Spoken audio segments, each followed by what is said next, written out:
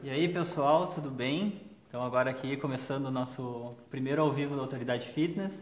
Vamos conversar um pouquinho rapidamente enquanto a galera vai entrando.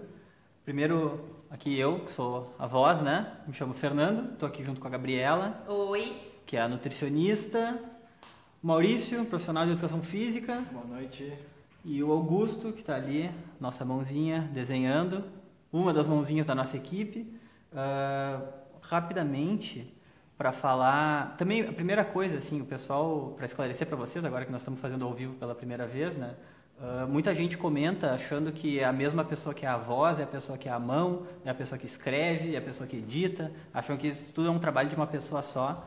E, pessoal, vocês não podiam estar mais enganados. É muita gente que trabalha para a gente poder fazer esses conteúdos desse jeito. Além da Autoridade Fitness, tem também a página do Sérgio Bertolucci, a página do Prana Yoga, a página do Pulse Dança. Tem uma equipe de quase 40, 50 pessoas aqui trabalhando para que esses conteúdos todos saiam, né? Então, nós somos aqui só um pequeno pedaço de uma equipe muito maior. A gente veio aqui fazer esse ao vivo pela primeira vez para responder 5 perguntas. A gente recebe muitas perguntas pelo inbox, né, pela página e tal. Responder 5 das perguntas que a gente mais recebe, que eu vou dizer para vocês agora quais são. A primeira delas é como saber o tamanho da porção que eu tenho que ingerir. Posso comer mais, posso comer menos, como é que eu vou saber isso? Olho para o prato e digo, o que eu faço? Depois, outra coisa que o pessoal pergunta muito, um clássico, academia ou peso do corpo? O que dá mais resultado, o que não dá mais resultado, o que eu tenho que fazer, o que eu não tenho que fazer? Terceira pergunta, jejum intermitente. O que é jejum? Funciona, não funciona? Está bem na moda agora, todo mundo fala em jejum, vamos dar também nossa opinião a respeito disso. Quarto assunto, HIIT, modo de treino mais da moda impossível, também todo mundo fala em HIIT, e todo mundo quer saber se é só mais uma coisa que veio, vai passar no verão que vem, ou se veio para ficar como mais uma, né, coisa assentada aí do escopo de conhecimento da espécie humana. E quinto assunto, alimentação pré e pós-treino. Também eterna dúvida, todo mundo, cada um tem a sua resposta mágica para isso. Não existe mágica, né? Então a gente vai tentar dar uma resposta que seja um pouco mais objetiva. E é isso. Essa é nosso programa de hoje. Falar um pouquinho sobre esses assuntos. Começando então, perguntando para a Gabi aqui, tamanho de porção que a gente deve ingerir, o que fazer, o que não fazer. Gabi, uma das nossas nutris, o que tem a dizer sobre isso? Bom, primeiro, boa noite. É um prazer estar aqui fazendo essa super novidade que a Autoridade Fitness inventou agora, de fazer esse ao vivo. Espero que todos gostem, nos mandem suas dúvidas e participem junto com a gente, porque é para isso que a gente está aqui ao vivo, para conversar com vocês. Falar sobre porções é uma coisa complicada, porque assim, cada pessoa tem a sua individualidade, as pessoas têm capacidades gástricas diferentes umas das outras, completamente diferentes, né? E a gente deve ter sempre aquela noção de respeito ao próprio corpo, porque o nosso corpo, ele nos manda sinais de fome, sinais de saciedade, e a gente tem que respeitar isso. Tá? No momento que a gente trata o nosso corpo bem, ele vai nos devolver em forma de naturalidade, em forma de beleza, em forma de qualidade de vida. Tá? Então, quando a gente fala em porções, a gente tem que saber que qualquer mudança alimentar que a gente tenha, ela vai fazer diferença na nossa vida. Então, uma pessoa que está habituada a comer arroz, feijão, um prato de comida normal, assim, equilibrado, e ela quer fazer uma mudança alimentar, ela quer modificar a alimentação dela para emagrecimento, por exemplo, basta que ela reduza essas quantidades naturais, habituais que ela tem, e essa redução que ela vai fazer já vai fazer uma diferença, ou seja, eu sou habituada a comer 4 colheres de sopa de arroz, mas eu quero emagrecer, então eu vou reduzir pela metade esse valor. Isso funciona, tá? Só que assim, a resposta para tamanho de porções mais individualizada, ela tá literalmente na palma da nossa mão, tá? Porque é uma coisa que a nutrição usa muito isso, de olhar para a própria mão e definir qual é o tamanho das porções que a gente vai consumir. Um exemplo disso é o tamanho das proteínas, por exemplo, carnes e proteínas em geral. A gente utiliza o tamanho da palma da mão inteira, sem os dedos. Tá? Então esse é o tamanho de um bife médio, de um peito de frango médio, seria mais ou menos umas 100 gramas ali nessa palma da própria mão. Tá? Quando a gente fala em carboidratos, por exemplo, seria metade dessa palma da mão seriam os carboidratos. Tá? Que daí a gente vai botar de batata, arroz, massa, e aí usa essa porção mais ou menos, é o que vai ter no teu prato, desse tamanho. A gente pode definir também o tamanho de colheres, por exemplo, a colher de sopa, a colher de chá, desculpa, ela tem a mesma medida que a ponta do nosso dedão. Então é bem interessante a gente pensar nisso. Quando quer botar um pouquinho, uma colher de chá, uma pitada de alguma coisa, olha para o dedão e coloca ali mais ou menos essa quantidade. E aí tem vários outros alimentos que a gente pode usar também, considerando a palma da mão ou a mão inteira, né, no caso, como referência para as porções que a gente vai consumir. Mas é mais ou menos isso, a gente sempre tem que respeitar a individualidade de cada um e a resistência gástrica que cada pessoa tem. Então tá. Muito obrigado, Gabi. Passando então para a segunda pergunta, agora saindo então do domínio da alimentação e indo para o domínio da atividade física. Maurício, a gente separou aqui, a primeira coisa é justamente a diferença de academia, peso do corpo. Antes disso aqui, um comentário do Rômulo Góes dizendo que perdeu 16 quilos e que a gente foi essencial nas orientações para ele. Boa! Valeu, muito obrigado. Pessoal, isso é uma coisa que é realmente muito recompensadora, assim, a gente adora, tem nosso grupo do WhatsApp da equipe ali, o pessoal sempre fica mandando, quando vocês mandam algum comentário desses, todo mundo fica sempre muito orgulhoso de saber que a gente pode, né, ajudar e, enfim, tá auxiliando alguém em algum lugar aí a melhorar a vida, né? E que a galera tá se puxando, né? Que a galera tá se puxando, claro. A gente não faz nada, né? A gente só fala, quem faz são vocês. Então, assim, quem atinge os resultados realmente não somos nós, né? O mérito é todo de quem consegue. Então tá, academia, peso do corpo, falando em resultado, então, né? O que é isso? Qual a diferença? Qual não é a diferença? Quer buscar resultado? O que eu faço? O que eu não faço? E aí? Boa questão. A galera sempre quer saber o que é melhor, por onde eu começo, onde eu vou ter mais resultado, mais rápido, o que é mais eficiente. E aí pensa, bom, vou me matricular na academia ou fazer exercício em casa, só com o peso do corpo. Para começar essa resposta, eu preciso dizer que tem 3 alternativas essenciais nessa questão, que são fazer exercícios com aparelhos em academia, ou seja, com máquinas, fazer exercícios com pesos livres, ou halteres, kettlebell, barras olímpicas com anilhas, e fazer exercício só com o peso do corpo, aí podendo também utilizar barras fixas ou somente o peso, em casa ou na praça, onde quer que seja. E a resposta sobre qual é o melhor não poderia ser outra, senão depende. O famoso depende. Né? Acho que a palavra que eu mais falo nos nossos vídeos é depende.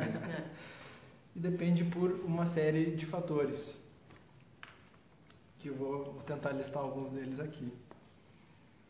Com pesos ou nas máquinas na academia, fica muito fácil, muito simples fazer progressão de cargas, ou seja, botar um pouco mais, um pouco menos de peso, fazendo o mesmo exercício.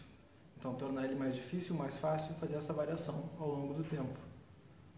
Com o peso do corpo, isso é muito mais difícil, porque a carga é o próprio corpo e, né, a gente não muda tanto o peso assim, então não controla tanto o peso. Então, para fazer essa diferença de carga, a gente tem que adaptar o exercício, ou fazer uma variação mais difícil, ou mexer com a posição do peso do corpo, o que muitas vezes exige um pouco mais de criatividade ou de conhecimento. Dito isso, por esse mesmo motivo, é mais fácil, é mais acessível, pode ter resultados mais rápidos para ganho de força ou de hipertrofia, indo na academia, fazendo exercícios com máquinas ou com pesos livres. Isso é uma coisa, o que também não quer dizer que é impossível ganhar força ou ganhar massa muscular fazendo exercícios com o peso do corpo. Vamos deixar claro que é bem possível. Se alguém chegar dizendo que não, for fazer calistenia não vai conseguir crescer, não vai conseguir ficar forte. Não é verdade. Muita gente tem medo de que isso aconteça. Não, é verdade, muita gente tem medo que aconteça mesmo. Além disso, uma facilidade de fazer exercício só com o peso do corpo é essa versatilidade, a possibilidade de fazer praticamente em qualquer lugar e por um preço muito reduzido ou de graça. Se considerar que não precisa de nenhum aparelho, não tem mensalidade, não tem que comprar nada, tem que conhecer os movimentos, os exercícios e executá-los onde bem entender. O que não acontece com a academia ou com os pesos, que também dá para fazer em casa, mas o investimento é um pouco maior. É um fator a ser considerado. E muitas vezes também, quando uma pessoa começa a fazer muito ou a calistenia ou a academia, vê alguém fazendo outro tipo de exercício e fala, não, cara, isso aí tá errado, isso aí não vai te dar resultado, pode te gerar lesão. Se fala bastante nisso, mas não, peso livre vai gerar lesão, máquina vai gerar lesão, fazer apoio invertido vai estragar o teu corpo, que também não é bem assim. A lesão pode ocorrer com todos eles, quando a técnica não está correta. E o contrário também é verdadeiro. Para todas essas modalidades de exercício, eles podem evitar e ajudar nesse processo de tanto recuperar a lesão quanto evitar. Porém, um detalhe aí, que é nesse lance de recuperação, quando a gente se machuca, quando a gente quiser compensar algum desequilíbrio, aí nesses casos a recomendação é com peso livre ou aparelhos na academia. Pela simples questão de que, dá para controlar melhor a carga e 2, é mais fácil isolar grupos musculares. Ou seja, eu consigo fazer um exercício só usando bíceps, só usando quadríceps ou a parte anterior da coxa, se eu tiver um aparelho, se eu tiver caneleiras, vamos dizer assim. Isso é uma coisa que eu me lembro, para quem nos acompanha desde o início, eu lembro que acho que faz mais de um ano a gente fez um vídeo sobre isso e da gente falar exatamente isso, sobre essa questão de que, bom, para recuperar a lesão é bom porque consegue isolar e tal. Se o pessoal que nos acompanha desde o início já sabia isso aí. É verdade. Então é um fator a se considerar e pesando a favor dos pesos livres e aparelhos. Além disso, aí voltando um pouco para a calistenia, a gente vai falar um ponto positivo da calistenia agora, do peso do corpo, é esse controle do próprio corpo, ou seja, essa propriocepção, essa facilidade de trabalhar movimentos que são funcionais, ou seja, movimentos que tu vai transferir para o teu dia a dia e vão ser benéficos, né, ao longo de toda a tua vida.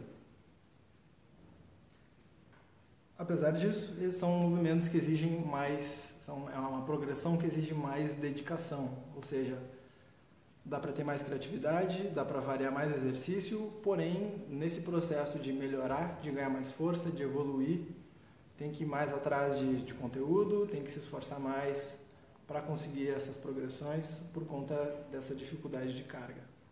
Ou procurar a ajuda de um profissional também, né? O profissional sempre ajuda.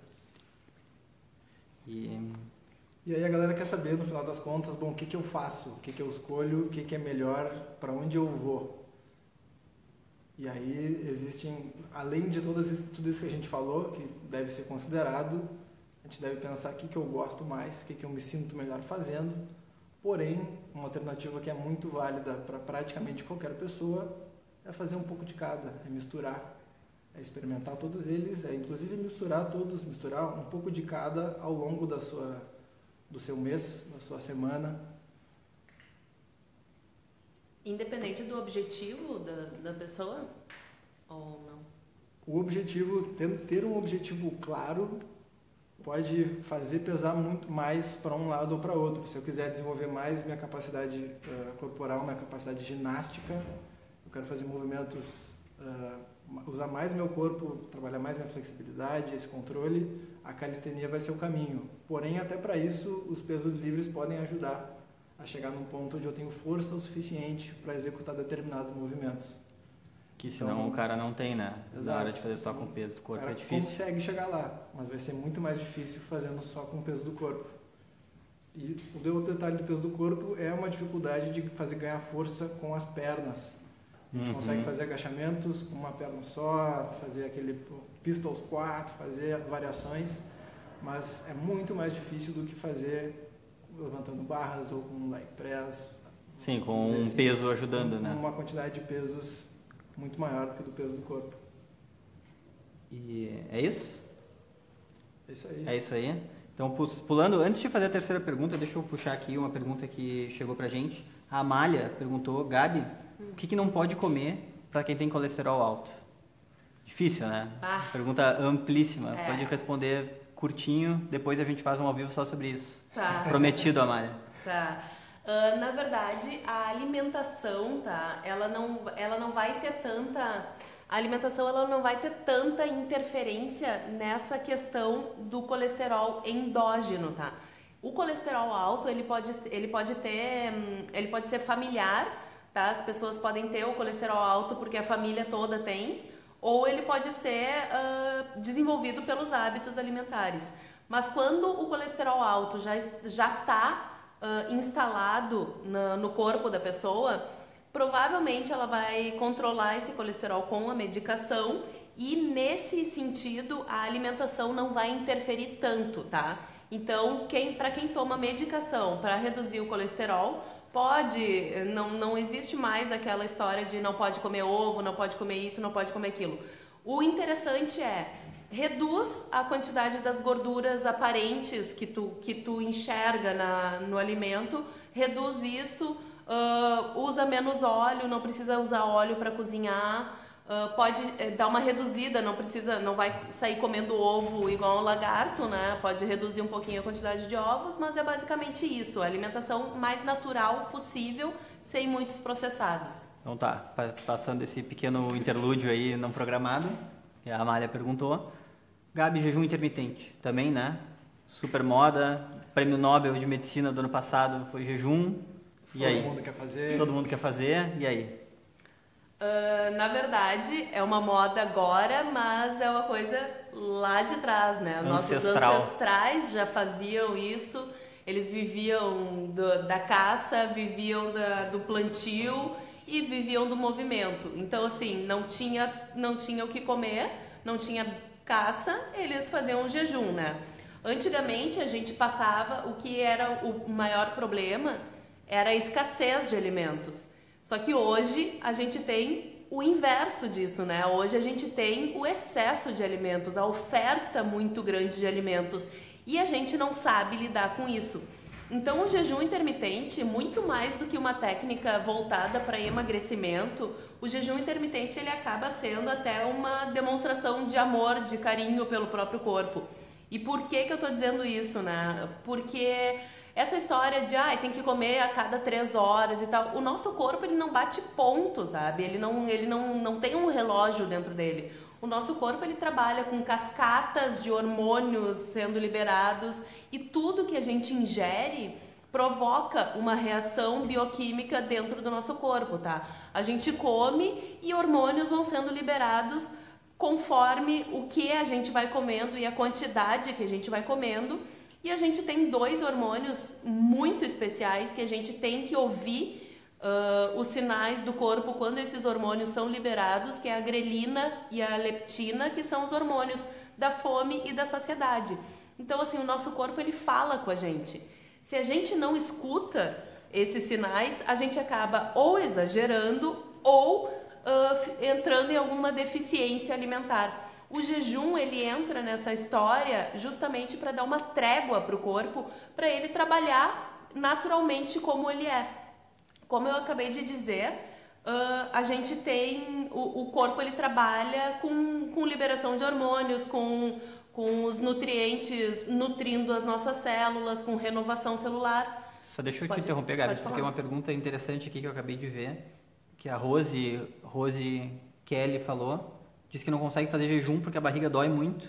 Começou fazendo 8 horas, 12 horas, 16 horas, depois parou. Se tem alguma ideia de coisa para aprimorar, ou se tem pessoas que não conseguem mesmo, como é que faz jejum, quantas horas, é para parar de comer para sempre, o que é? Tá, então assim, o jejum intermitente, ele é uma técnica, como eu estava falando agora, muito mais voltada para o corpo trabalhar como ele é, tá? Para fazer o Prêmio Nobel de Medicina do ano passado foi para um médico que descobriu que o jejum intermitente ele promove a autofagia celular. O que é isso? Nada mais é do que a renovação das nossas células, tá? Elas detonam aquelas células que estão trabalhando mal, que podem dificultar o trabalho de outras células boas, para renovar essas células e tudo ocorrer naturalmente como tem que ser.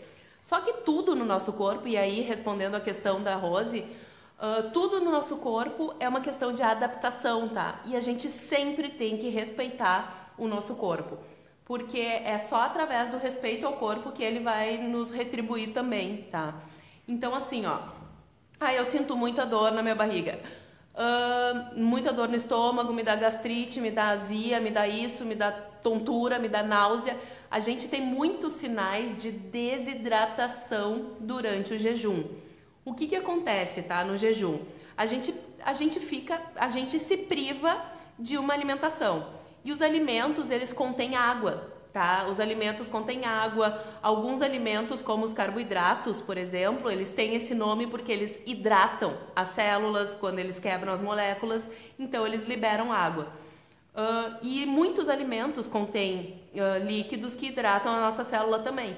Quando a gente começa a fazer o jejum, a gente deixa de ingerir esses alimentos que estariam hidratando as nossas células quando metabolizados. Então, quando a gente está no período de jejum, a gente tem que tomar mais água do que tomaria normalmente. Mas eu sou uma pessoa que eu já tomo muita água. Então, tu vai ter que tomar um pouquinho mais de água quando for praticar o jejum. E o que é essa dor que a gente sente? O nosso corpo ele tem que se adaptar ao jejum, tá? E é assim mesmo como a Rose falou que fez. Começar com 8, vai para 12, vai para 16, tá? E é assim mesmo. Só que a gente sente fome, obviamente, e a gente sente alguns sintomas do jejum, que seria essa questão da azia, que às vezes pode dar, essa gastrite. Mas tudo isso, assim, ó, toma água, pode tomar brodo também, que é um caldinho salgado dos alimentos, né? Que é quando cozinha os alimentos, aquela água pode ser ingerida também. E nada disso quebra o jejum, tá? Então, assim, muita água e se manter sempre hidratado é o principal segredo para dar certo o jejum. Muita gente fala que o jejum noturno já não é suficiente e tal. É que o jejum noturno, o que acontece? Durante a noite, tá? Quando a gente dorme, a gente tem liberação de muitos hormônios que só são liberados no período que o corpo tá em jejum mesmo e no período da noite, tá? Que tá tudo escuro, que a gente tá relaxado, que não tem muitas preocupações, que não tem muito cortisol elevado, que é o hormônio do estresse. Então, assim, nesse período de relaxamento, a gente tem essa liberação de muitos hormônios, tá? E aí o jejum, ele é muito benéfico nesse momento. O que acontece com o jejum noturno? As pessoas têm dormido cada vez menos, tá? Então, assim, as pessoas dormem 5, 6, 7. Quem consegue dormir 10 horas por dia é um beneficiado, né? Mas, assim, esse período é muito curto para que o corpo possa fazer todas as renovações, todas as reformas, entre aspas, que ele precisa fazer no nosso corpo, tá? Porque assim, tudo que a gente come provoca uma reação dentro do corpo. Então o corpo ele tá sempre trabalhando em adaptação reagindo ao que a gente está comendo. Durante a noite a gente não come nada. Então daí é o único período que o corpo tem para trabalhar como ele é naturalmente. Por que é pouco esse tempo para o corpo? Porque são muitas adaptações que ele tem que fazer.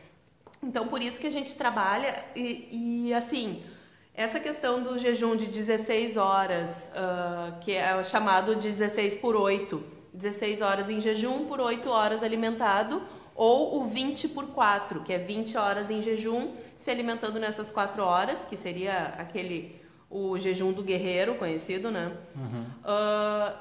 Por que são esses períodos, tá? Porque tem alguns estudos que foram feitos baseados nesse período de tempo e foi definido que 16 horas é o período mínimo que o corpo poderia fazer todo um ciclo metabólico, que é a liberação e organização celular, hormonal e tudo isso acontecendo no corpo numa cascata natural. Tá? Então, assim, esse é o período mínimo, conforme alguns estudos e conforme, principalmente, esse grande estudo que foi do Prêmio Nobel. Então, conclusão, pesquisem mais a respeito, tentem fazer, se quiserem, leiam bastante, é importante isso, né? Só lembrando que isso é uma adaptação e nem todo mundo se adapta, né? É como, tipo, pode servir muito bem pra mim, mas pra ti pode não fazer tão bem. Então, assim, respeita sempre o teu corpo. Isso aí. Simples, pessoal. Esse é um assunto, né, que agora está sendo muito falado, tem muito material por aí. É só olhar, acho que vale a pena, enfim, se aprofundar mais, quem tiver curiosidade, bem interessante. Só mais um detalhe, que é uma dúvida bem grande que o pessoal tem também. Posso treinar em jejum? Sim, pode fazer qualquer coisa que tu quiser na vida em jejum, desde que tu te sinta bem, desde que não passe mal, desde que o treino seja bem feito, bem desempenhado. E é isso. Então, falando em treino, é bom que esses ganchos acontecem assim, né? Próxima pergunta. HIIT. O que é HIIT? O que não é HIIT? Qual a diferença de HIIT para correr na esteira, por exemplo?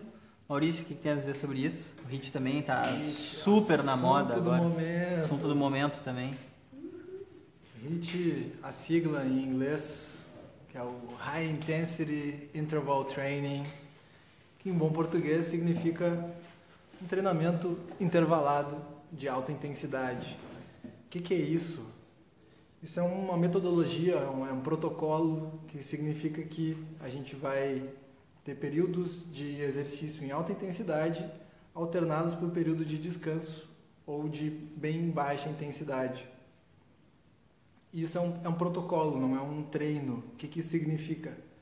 Significa que a gente pode fazer HIIT com uma série de atividades. Dá para fazer HIIT correndo, dá para fazer HIIT na esteira, na bicicleta, com o treino com peso do corpo, com um treino com pesos, nadando. Qualquer exercício pode ser feito nesse formato, com essa metodologia de HIIT. Sim, dá para fazer subindo a escada. Dá para fazer subindo a escada, com exatamente. certeza. Então o pessoal pergunta, é HIIT e academia, HIIT e crossfit? Não, dá para fazer HIIT na academia, dá para fazer HIIT no crossfit, dá para fazer nos mais diversos âmbitos, lugares e esportes. É uma modalidade de todos os exercícios. O lance só do HIIT é principalmente esse lance da alta intensidade com intervalos de descanso, esse descanso podendo ser parado ou em baixa intensidade, porém é de curta duração. Por ser alta intensidade, a gente não consegue fazer HIIT por muito mais do que 20 minutos. Geralmente os protocolos são entre 4 e 20 minutos, sendo os intervalos podendo ser 20 segundos de atividade para 10 segundos de descanso, 45 para 15 de descanso, 30 de atividade e 30 de descanso, uma série de alternativas aí. Um dos mais famosos é o Tabata, um método aí o Tabata, que é o japonês, que são 4 minutos somente, alternando 20 segundos de altíssima intensidade com 10 de descanso. Nossa, a pessoa deve morrer. É bem intenso. São 4 minutos que realmente são o treino do dia. Uma coisa que também o pessoal, muitas vezes, é essa coisa, né? Tem que se dar conta que, assim, se tá conseguindo fazer mais de 20 minutos, não tá fazendo HIIT, né? Exatamente. Porque se tivesse fazendo HIIT de verdade, não conseguiria fazer mais. Fazer um HIIT de 1 hora hoje, não é HIIT. Por fazer em altíssima intensidade, a gente obrigatoriamente não consegue manter essa atividade durante um período extenso de tempo. Aí que é uma pergunta, desculpa interromper, mas a pergunta que a Fabielle fez aqui, que a gente já ia responder, mas já pegando o gancho também. Aqui, o HIIT é mais eficiente do que um período com intensidade sempre igual por mais tempo? Então, o que ela quer dizer com isso? 20 minutos de HIIT ou 1 hora na esteira? Excelente, é exatamente essa comparação que alguns estudos já fizeram e encontraram que é extremamente muito similar 20 minutos de HIIT para 60 minutos de exercício de baixa intensidade. Ou seja, a gente tem uma quantidade de calorias e quantidade de gordura queimada muito parecida, além do efeito EPOC, que é aquilo que a gente fala, que é aquele consumo de energia, de oxigênio após o exercício. Tá, mas então calma aí, deixa eu ver se eu entendi direito. Durante os 20 minutos e durante a 1 hora queima mais ou menos a mesma coisa. Isso. Mas o aeróbico tradicional não queima depois do exercício e o HIIT queima. Na verdade, os dois queimam. Entendi. Só que é bem melhor tu ficar 20 minutos fazendo do que 1 hora fazendo, Exato, né? a grande diferença é no tempo. A gente gasta 20 minutos para ter efeitos muito parecidos, muito similares aos 60 minutos em baixa intensidade. Então, por isso muita gente tem escolhido o HIIT. É uma saída onde a gente consegue, em 10, 20 minutos, ter efeitos muito parecidos do que se ficasse 60 minutos fazendo uma caminhada ou uma corrida de baixa intensidade. A não ser que o cara Não. esteja fazendo a corrida pelo prazer, né? Se o cara tá treinando só pelo exato. resultado, realmente não tem dúvida, né? Não tem mais a desculpa do não tenho tempo pra treinar. É, não. Se o 10 objetivo minutos do dia já se o basta. objetivo for somente perder peso, gastar calorias, ou ganhar condicionamento, inclusive, o HIIT é uma excelente saída. Por isso tanta gente tem aplicado. Serve para ganhar músculo, serve principalmente para perder gordura e pode ser aplicado, como eu falei antes, na esteira, na bicicleta, com peso, no exercício de calistenia, diversas alternativas. Deixa eu só dizer aqui também outro comentário que veio aqui da Juliana Gonçalves. Vou até ler ele porque ele é muito legal, ó. Depois que aprendi com vocês a fazer exercícios com o peso do corpo, parei de dar desculpas. Ó, as desculpas que a Gabi falou aí. Foi essencial a mudança de vida que eu tive, acabou o sedentarismo, porque é muito fácil e posso fazer em qualquer lugar. Excelente. Excelente. Juliana, muito obrigadíssimo pelo comentário. E parabéns. E parabéns também, parabéns para todos. Agora passando já para o último assunto, caminhando o fechamento. Gabi, alimentação pré-treino, alimentação pós-treino. Meu Deus do céu. Eterna. Dúvida eterna e aquela resposta eterna também que a gente tem que falar que depende, né? Isso depende porque depende muito da individualidade de cada um, tá? Do fenótipo da pessoa. Então tem pessoas que, meu objetivo é ganhar massa muscular. O que eu tenho que comer antes do treino? O que eu tenho que comer depois do treino? Existem pessoas que podem comer um boi antes e depois do treino que dificilmente vão conseguir ganhar massa muscular só no treino e na alimentação assim, entende? Então, assim, primeiro, antes de começar a ir a fundo em suplementos e querer... e acabar perdendo o controle da sua alimentação voltada para o treino, primeiro tem que se fazer as perguntas. Seguinte pergunta, tá treinando, durante o treino, teu desempenho é ideal para conseguir o objetivo que tu quer conseguir? Porque assim, para ganho de massa muscular, o teu treinamento depende muito do teu desempenho ali. Os teus resultados vão depender muito do teu desempenho, tá? Então assim, a gente sempre tem que ver qual é o tipo de exercício que eu vou fazer e qual é a intensidade desse exercício. Então assim, o que eu vou comer antes do treino? Depende. Tu vai fazer um treino muito intenso, tu tem bastante tempo para comer entre essa última alimentação e o início do treino. Como é que é o teu desempenho quando tu tá um pouquinho mais pesado? Porque a alimentação pode nos deixar um pouco mais pesados antes do treino, então a gente sempre tem que respeitar aqueles sinais que o corpo vai dar de fome, saciedade e composição gástrica, da tua resistência gástrica, tá? Existem pessoas que comem uma banana antes de treinar e passam mal, porque a banana pode ser um pouco indigesta para algumas pessoas. Para outras pessoas, a pessoa come banana com pasta de amendoim, com pão, com não sei mais o que, e vai treinar super de boa. Então é por isso que eu falo que depende muito da sua individualidade. O que é muito importante, tá? No objetivo de ganho de massa muscular, principalmente, as reservas de glicogênio, que é aquela energia muscular, que é a forma que o corpo guarda energia no músculo, as reservas de glicogênio é muito importante que elas estejam bem abastecidas. Como é que se abastece a reserva de glicogênio? Comendo.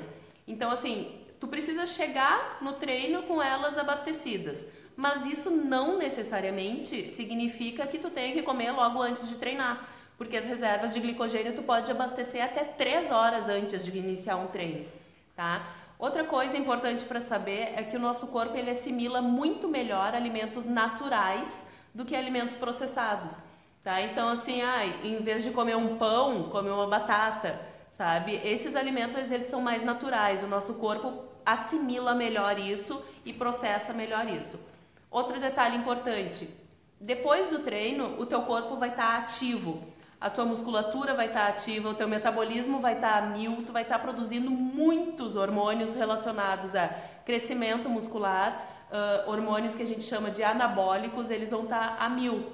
Então, assim, esse é um ótimo momento para absorção de nutrientes. Então, a sua refeição pós-treino, ela acaba tendo um valor nutricional mais importante do que a tua refeição pré-treino. Então, se tu não tá com muita fome antes de treinar, não tem problema de iniciar o treino sem comer, desde que depois do treino tu dê uma atenção especial pro teu corpo e sempre respeitando os teus limites gástricos e a sensação de fome, saciedade, enfim. E aí uma pergunta que está chegando aqui aos montes. Quanto tempo antes do treino? Quanto tempo depois do treino? Como é que funciona? Tá. Aí é que tá. Antes do treino é aquilo que eu falei. Depende do tipo de treino que tu vai fazer. Por exemplo, vou treinar perna na academia hoje, sabe? Com peso, enfim, vou treinar perna. Cara, os treinos de perna, e o Maurício pode me ajudar aqui também, treinos de perna são treinos extremamente intensos, né? Fortes. E a pessoa agacha e sobe e mexe, e deita e levanta e mexe muito as pernas. Então, assim, se tu vai fazer um exercício que tu vai te movimentar muito, é bom pensar bem o que e quantas horas antes tu vai comer antes de treinar. Por que eu tô dizendo isso? Para não se sentir pesado, para não passar mal durante o treino. Sim, para poder ter um desempenho ótimo. Exato, né? ou não dificultar o teu desempenho, entende? Na hora do treino. Então, assim, a hora do treino é a hora do treino. Tu não tem que pensar, tô com fome, tô passando mal, tô isso, tô aquilo. Nada pode te atrapalhar. Então, o teu desempenho tem que ser o melhor possível. Quanto tempo antes, tá? Uma digestão normal, isso varia também, tá? Muito. Mas uma digestão normal, ela leva em torno de 40 minutos a 1 hora para acontecer. Então, esse seria o período ideal para se alimentar antes de treinar treinos leves. Treinos mais pesados, a gente procura se alimentar um pouco antes. Como eu falei antes, as reservas de glicogênio a gente pode armazenar em até 3 horas antes do treino. Então, assim, até 3 horas antes tu pode se alimentar e ainda vai chegar no treino bem adaptado com energia disponível. Isso falando sempre de alimentos naturais, comida de qualidade. Exatamente. Não estamos falando de alimentos processados, nem de açúcar em abundância. Exatamente.